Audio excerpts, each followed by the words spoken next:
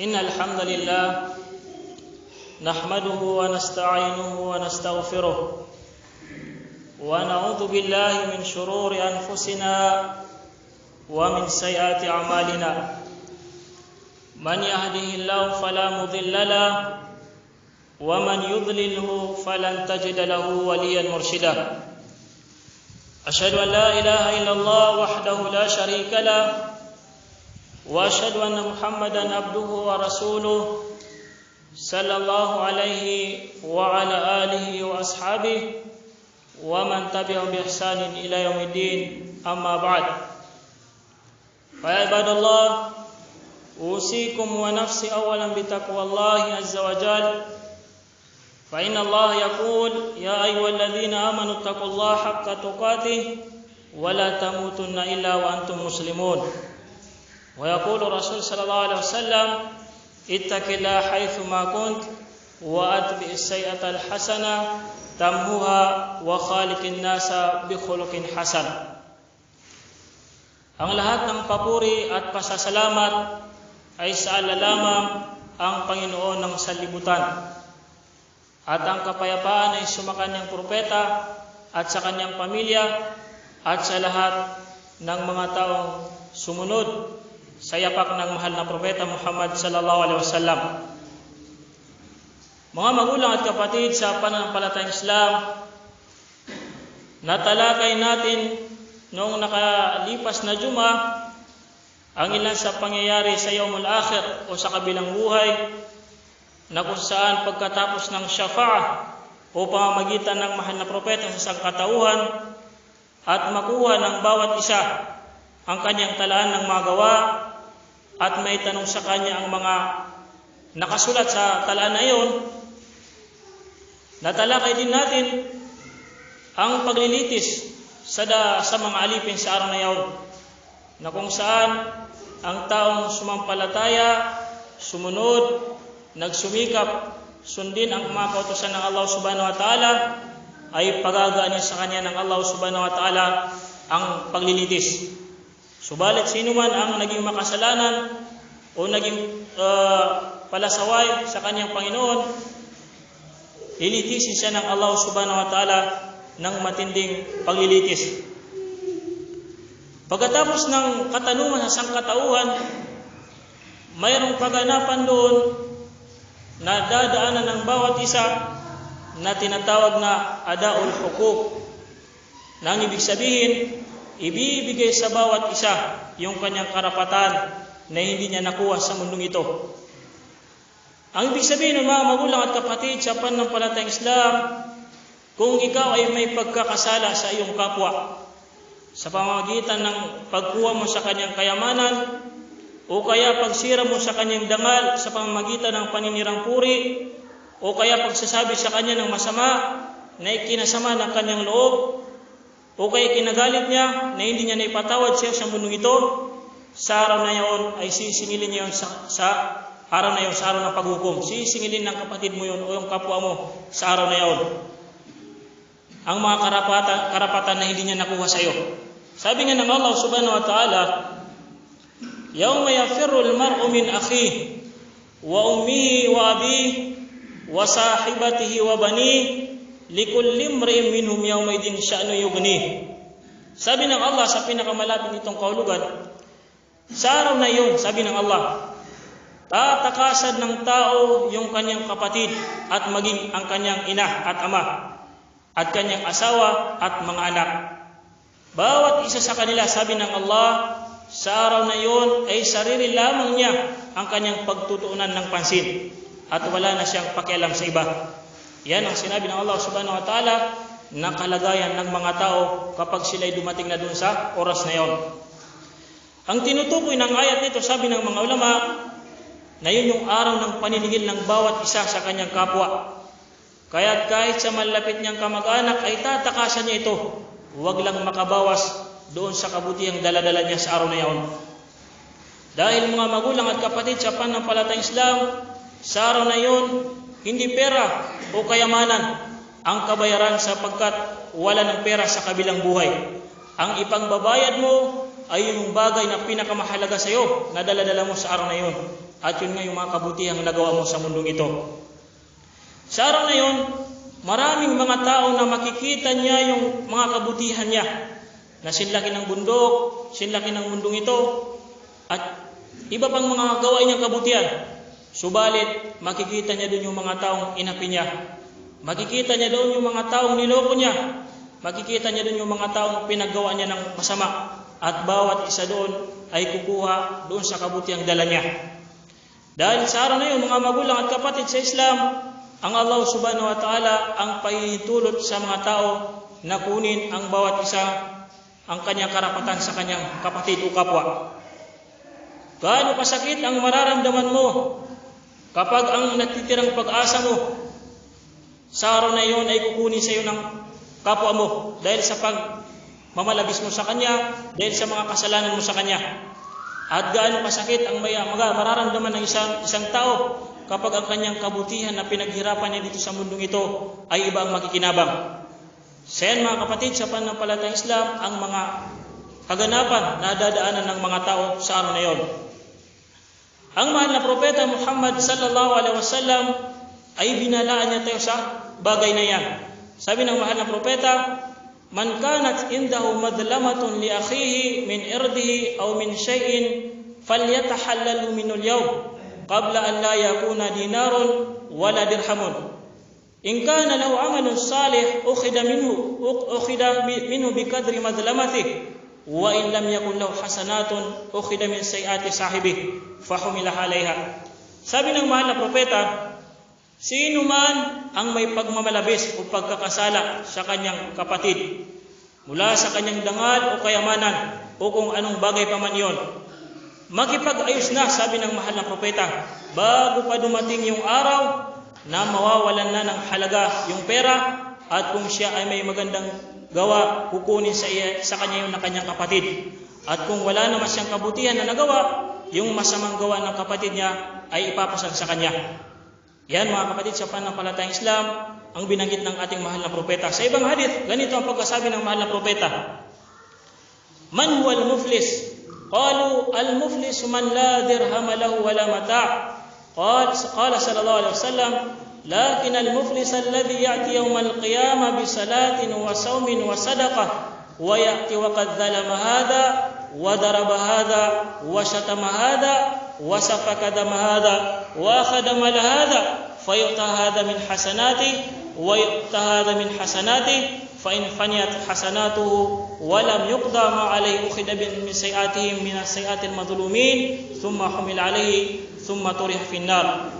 Sabi ng mahal na propeta ganito, alam niyo ba kung sino ang kulubi sa aking ummah? Sabi ng mahal na propeta sa kanyang mga sahaba. Sabi ng mga sahaba, ang kulubi ya Rasulullah ay yung taong walang kayamanan at walang pera. Sabi ng mahal na propeta, hindi.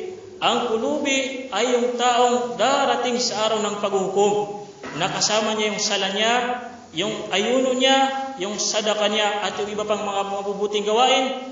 At darating din yung mga taong inalipusta niya, darating sa kanya yung sinaktan niya, darating yung mga taong napagsalita niya ng masama, yung napatay niya, darating yung kinuhanan niya ng kayamanan. At bawat isa sa kanila, sabi ng mahal na propeta, ay kukuha sa kanyang mga kabutihan na nagawa. At kapag naubos yung kabutihan niya, yung masamang gawa ng naapi niya ay ililipat sa kanya. At kapag naubos lahat yung kanyang kabutihan, itatapon siya sa impyerno. Ganyan katindi mga magulang at kapatid sa pananampalatayang Islam ang araw na iyon. Dahil wala ni isa man ang maapi at maluloko sa araw na iyon. Dahil ang hukom ay ang Allah subhanahu wa ta'ala na pinakapatas at makatarungan. Maging yung maliit na bagay na kinuha mo sa kapwa mo sa mundo ito, sa araw na iyon, ipababayad sa iyo ng Allah subhanahu wa ta'ala. Kaya't yung mga taong mahilig mang-api o magmalaki sa kanyang kapwa, sa araw na iyon ay sisingilin sa iyo ang lahat ng iyong pagmamalabis sa iyong kapwa. Na kung saan ang palitan doon, sabi ng mahal na propeta, ay sa pamamagitan ng kabutihang nagawa. Hindi lang yan mga magulang at kapatid sa pananampalatayang Islam ang sisingilin sa iyo. Maging ang mga hayop na nasaktan mo o napatay mo na wala kang sapat na dahilan, nakatanggap-tanggap, sisingilin sa iyo sa kabilang buhay. Tiyak na yung mga taong sinasaktan nila yung mga hayop ng walang sapat na dahilan ay maniningil yan sa araw ng paghukom. Nabanggit sa hadith ng mahal na propeta na mayroong isang babae na ang dahilan lang ng pagpasok niya sa impyerno ay dahil sa isang pusa na ikinulong niya, hindi niya pinakain hanggang sa namatay. Kahit yung mga taong mahilig parusa sa mga hayop, katakot-takot na kapalaran ang sasapitin nila sa araw na yaon. Sa iba ng mahal na propeta, awwalu ma yuqda bainan nas yawmal qiyamah fi ad-dima. Ang unang lilitisin sa pagitan ng mga tao sa kabilang buhay, sabi ng mahal na propeta, ay yung patungkol sa dugo. Ibig sabihin yung mga patungkol sa pagpatay. Itatanong ng Allah subhanahu wa ta'ala dun sa mga taong nakapatay kung ano ang dahilan kung bakit niya pinatay yung kapwa niya. Kung ang kanyang dahilan ay hindi sapat, ang kanyang mga gawaing mabuti ay pambabaya doon sa napatay niya. So yan mga magulang at kapatid sa Islam, ang ilan sa kaganapan na walang pag-aalinlangang magaganap sa araw na iyon. At marami sa mga tao na hindi pa umabot doon sa pagtitimbang ng mga gawain ay itatapon na sa impyerno dahil naipambayad na niya yung kanyang mga mabuting gawa sa kanyang mga inapi sa mundong ito. At wala nang natira sa kanyang kabutihan at ano pa ang titimbangin sa kanyang kabutihan at naipambayad niya ito lahat. Kaya iwasan natin yan mga magulang at kapatid sa Islam. Huwag nating hayaan na ibang tao ang makinabang sa ating pinaghirapang mga kabutihan sa mundong ito. Sabi ng mahal na propeta, ittaqud dhulm fa inna dhulma dhulumatun yawmal qiyamah. Iwasan niyo, sabi ng Rasul sallallahu alaihi wasallam, ang pang-aapi o pagmamalabis dahil katotohanan ang pang-aapi ay mga kadiliman yan sa kabilang buhay. At pagkatapos bayaran ng bawat isa ang mga kasalanan niya sa kanyang kapwa sa pamamagitan ng kanyang mabubuting gawain, magaganap na ang tinatawag na mizan, na kung saan titimbangin na ng Allah subhanahu wa ta'ala ang mga gawain ng kanyang mga alipin sa tinatawag na mizan. Ano ang mizan mga magulang at kapatid sa Islam? Ang mizan, yan ang timbangan ng katarungan ng Allah mismo ang nagdisenyo, na kung saan kahit sinlaki ng alikabok na gawain ay makikita mo sa timbangan na iyon. At kahit ang kalupaan at kalangitan ay itimbang sa timbangan na iyon, ay magkakasya. Ang timbangan ng katarungan, mga magulang at kapatid, sabi ng ating mahal na propeta, ay meron itong dalawang palad na kung saan yung sa isa lalagyan ng mabuting gawa at yung sa kabila lalagyan ng masamang gawa. At binanggit yan ng Allah subhanahu wa ta'ala sa Quran. Sabi ng Allah, وَنَدَعُ الْمَوَازِينَ الْقِسْطَ لِيَوْمِ الْقِيَامَةِ فَلَا تُظْلَمُ نَفْسٌ شَيْئًا وَإِنْ كَانَ مِثْقَالَ حَبَّةٍ مِنْ خَرْدَلٍ أَتَيْنَا بِهَا وَكَفَى بِنَا حَاسِبِينَ. Sabi ng Allah, at ilalagay ng Allah ang makatarungang timbangan sa paghukom sa araw na iyon, sa araw ng muling pagkabuhay. At hindi niya sila dadayain at ang iba ng kahit kaunti. Kahit na ang mga gawain ay simbigat ng buto ng mustasa o kasinliit ng atom, mabuti man o masama ay itatala sa nagmamayari nito. At sapat na ang Allah subhanahu wa ta'ala bilang tagapagkalkula sa mga gawain ng kanyang mga alipin, at ayon dito sila ay gagantimpalaan. Diyan natin makikita mga magulang at kapatid sa Islam ang ating mga gawain na pinaghirapan sa mundo ito. Yung mga sala mo, yung mga sadaka mo, yung mga dhikr mo, lahat ng mabuting gawain na ginawa mo sa mundong ito ay ipapakita sa iyo sa oras na yan. At ganoon din yung mga masasamang gawa mo ay ipapakita sa iyo, titimbangin sa timbangan na iyon. At sa pagkakataong iyon, malalaman na ng alipin kung saan ang kanyang huling hantungan kapag natimbang niya yung mabuti niyang gawain at saka yung masama niyang gawain. Sabi ng Allah, فَمَنْ ثَقُلَتْ مَوَازِينُهُ فَأُولَٰئِكَ هُمُ الْمُفْلِحُونَ. Sabi ng Allah, sino man ang maraming nagawang kabutihan at naging mabigat ang kanyang timbangan ng kabutihan sa oras ng pagtitimbang, sila ang mga yaong magtatagumpay o magkakamit ng paraiso. Sa iba ng Allah, وَمَنْ خَفَّتْ مَوَازِينُهُ فَأُولَٰئِكَ الَّذِينَ خَسِرُوا أَنفُسَهُمْ فِي جَهَنَّمَ خَالِدُونَ. At sino man ang naging magaan ng timbangan ng kabutihan at naging mas lamang yung kasama niya, ay sila yung mga taong nabigo na inilagay nila yung kanilang sarili sa pagiging talunan na sila ay papasok sa impyerno magpakailanman. Kaya't mga magulang at kapatid, habang nandito pa tayo sa mundo ito, paramihin natin ang mga kabutihan upang sa pagdating natin sa araw na iyon ay marami tayong kabutihan na mailalagay sa timbangan na iyon. Sabi nga ng mga sahabat, hasibu anfusakum qabla an tuhasabu. Kwentahin nyo na ang inyong mga sarili bago pa kayo kwentahin sa araw ng paghukom. At timbangin nyo na ang inyong mga sarili bago pa kayo timbangin sa araw na iyon. At lahat ng mabubuting gawain na pagsamba o anumang gawain na itinuro yan sa atin ng ating mahal na propeta Muhammad sallallahu alaihi wasallam. Sabi nga ng mahal na propeta sa kanyang hadith, inna athqala shay'in yudau fil mizanil abdi yawmal qiyamah khuluqun hasan. Sabi ng mahal na propeta, katotohanan na ang pinakamabigat na bagay na ilalagay sa timbangan ng alipin sa araw ng paghukom ay yung kanyang mabuting pag-uugali. Sabi ng mahal na propeta, tunay na ang bagay na pinakamabigat na ilalagay sa timbangan ng isang alipin sa araw na iyon ay yung kanyang mabuting pag-uugali. Yan mga magulang at kapatid sa Islam, ang isa sa mga bagay na magpapabigat sa iyong timbangan sa araw na iyon.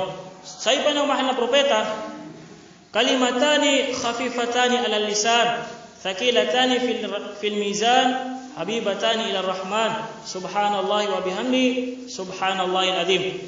Sa iba ng mahal na propeta, dalawang salita na magaan sa dila at mabigat sa timbangan at kahabag-habag sa mahabaging Allah, ang pagsasabi ng subhanallahi wa bihamdi at saka subhanallahil azim. Ibig sabihin, yung dhikr mga magulang at kapatid sa panampalatayang Islam ay nagpapabigat yan sa timbangan ng alipin sa araw ng paghukom. Mayroong nabanggit ang mahal na propeta sallallahu alaihi wasallam sa kanyang hadith na may isang lalaki na darating sa oras na iyon na kanyang dalang talaan ay 99 at ang lahat ng mga talaan na iyon ay puro masamang gawa ng taong iyon. At ang laki ng bawat isa doon, sabi ng mahal na propeta, ay hindi niya matanaw ang dulo nito. Ganun kalaki yun. At ang lahat ng nakasulat doon ay puro masamang gawa ng taong iyon. Sasabihin sa kanya ng Allah, hal tunkiru min hadha shay'an? Sasabihin ng Allah doon sa alipin na yun, itatanggi mo ba ang mga iyan?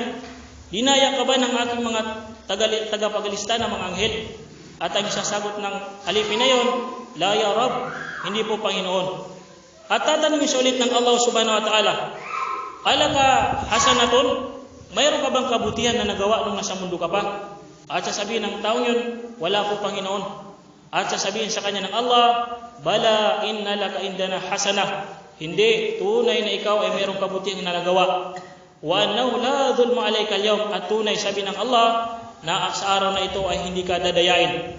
At ilalabas ng Allah subhanahu wa ta'ala ang bitaka. Ang bitaka ay isang maliit na talaan na nakasulat doon yung salitang asyhadu an la ilaha illallah wa anna muhammadar rasulullah. At ang alipin na iyon ay noong nabubuhay pa siya ay binigkas niya yon sa kanyang pinakailalim ng kanyang puso. Binigkas niya yun sa pinakaibuturan ng kanyang puso at iyon ay tinanggap ng Allah subhanahu wa ta'ala at ilalagay sa kanyang timbangan ng kabutihan at magiging mabigat ito kaysa dun sa 99 na talaan ng mga masasamang gawa. Dahil wala nang bibigat at higit sa salitang iyon, mga magulang at kapatid sa pananampalatayang Islam. Yan ang malaking pag-asa natin na binilang tayo ng Allah subhanahu wa ta'ala sa mga taong nagsasabi at naniniwala sa salitang iyon. Yan ang huling pag-asa natin sa kabilang buhay na kung saan ang salitang yan ay walang hihigit na kabutihan at papatay sa kanya na kabutihan. Subalit, maraming mga tao ang hindi nakakaalam ng kahalagahan ng salitang yan at milyong-milyong mga tao ang namamatay, subalit hindi man lang niya nagagawang bigkasin ang salitang yan. At dapat din nating malaman mga kapatid sa pananampalatayang Islam na ang salitang yan ay hindi makakatulong sa iyo kung hindi mo isinagawa yung mga kondisyon niya. Aqulu qawli hadha wastaghfirullah li wa lakum wa li jami'il muslimin min kulli dhanb fastaghfiruh.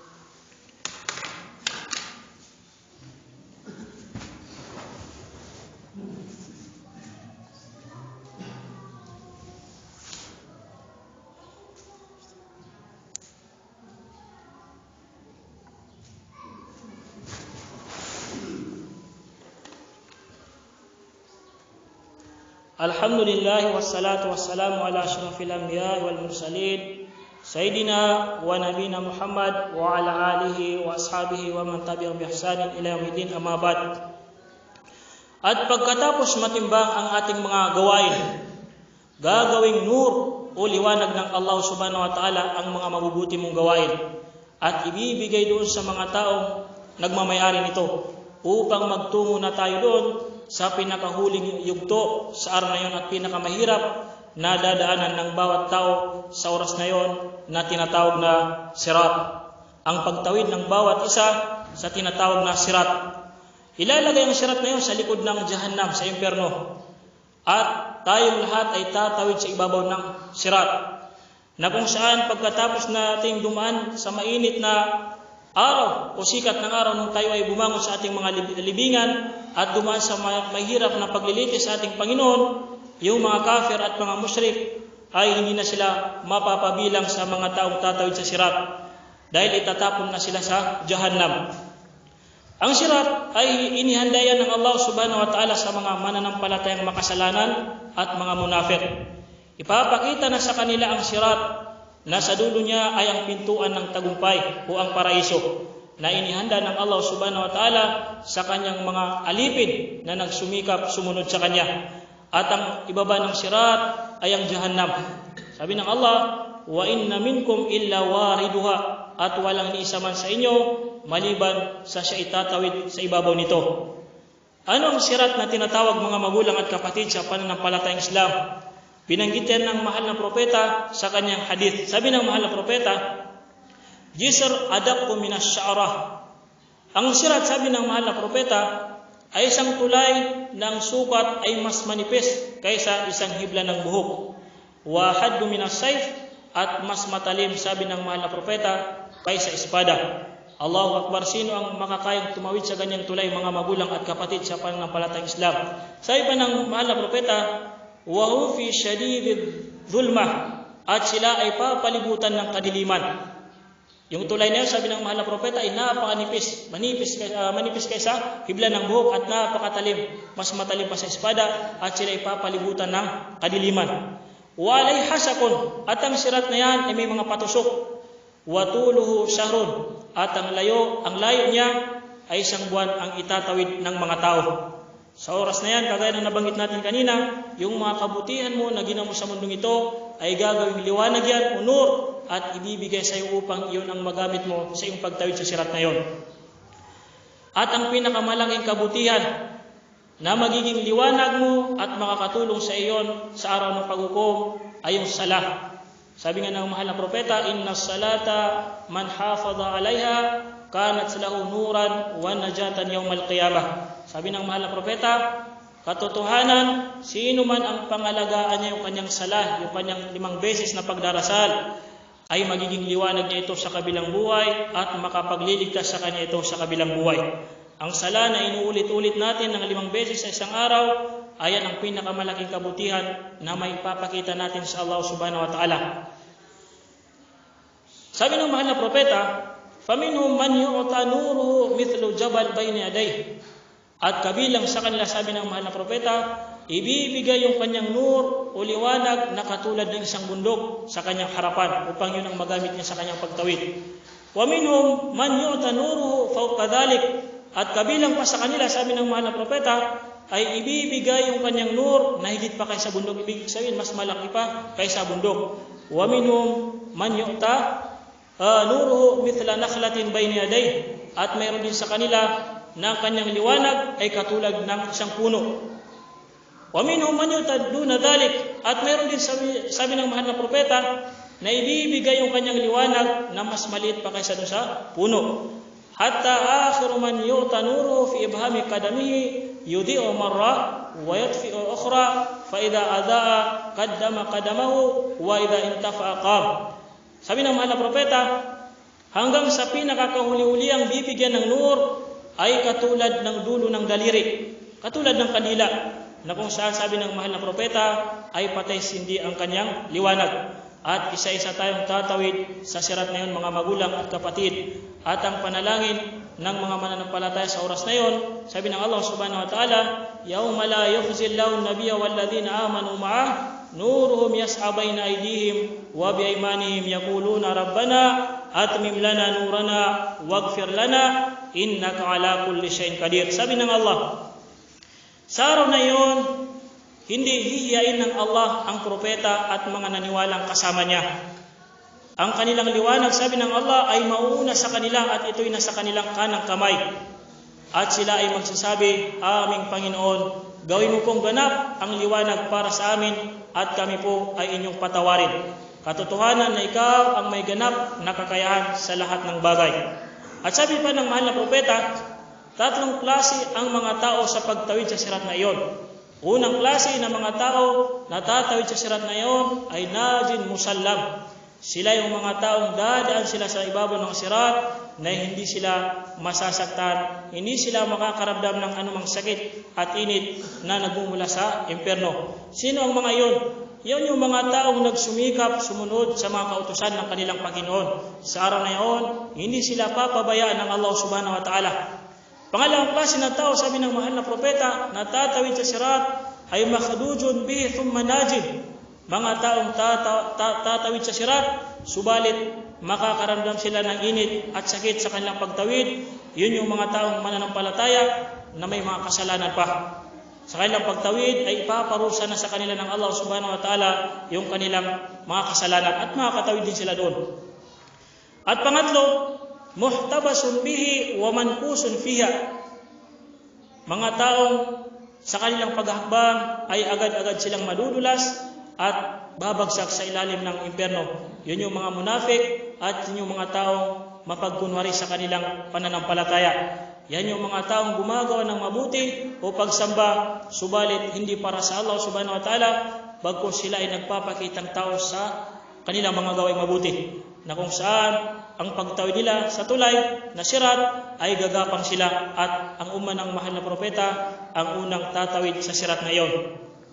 Sabi pa ng mahal na propeta, yamurun nasu alayhi ala qadri a'malihim faminhum man yamuru kalamhil basar wal kalbarq wa karihu wa kal ajawid rukab wa minhum man yas'a sa'yan wa minhum man yamshi mashyan wa minhum man yushafu zahfan wa minhum man yukhtafu fayulqa fin nar. Sabi pa ng mahal na propeta, tatawid ang mga tao sa sirat depende sa kanilang mga nagawang kabutihan. May dadaan sa sirat na katulad ng isang kurap, at mayroong dadaan sa sirat na katulad ng kidlat sa bilis, at mayroong dadaan sa sirat na katulad ng mabilis na hangin, at may dadaan sa sirat na nakasakay, at may dadaan sa sirat na tumatakbo, may dadaan din sa sirat na naglalakad, at may dadaan sa sirat na gumagapang, at ang lahat ay depende sa kanilang kabutihang nagawa sa mundong ito. At sino man ang makalagpas sa sirat na yan, ang pintuan ng paraiso ay malalanghap niya, na kung saan yun ang inihanda ng Allah subhanahu wa ta'ala na gantimpala para sa mga taong nagsumikap sa mundong ito. At sa ibaba naman ng sirat ay ang Jahannam o ang impyerno, na kung saan inihanda ng Allah subhanahu wa ta'ala para sa mga taong sinayang nila yung kanilang buhay sa mundong ito. Sa sunod na Juma, talakayin naman natin ang tinatawag na Jahannam. Inna Allah wa malaikatahu yusalluna ala nabi ya ayyuhalladhina amanu sallu alaihi wa sallimu taslima. Allahumma salli ala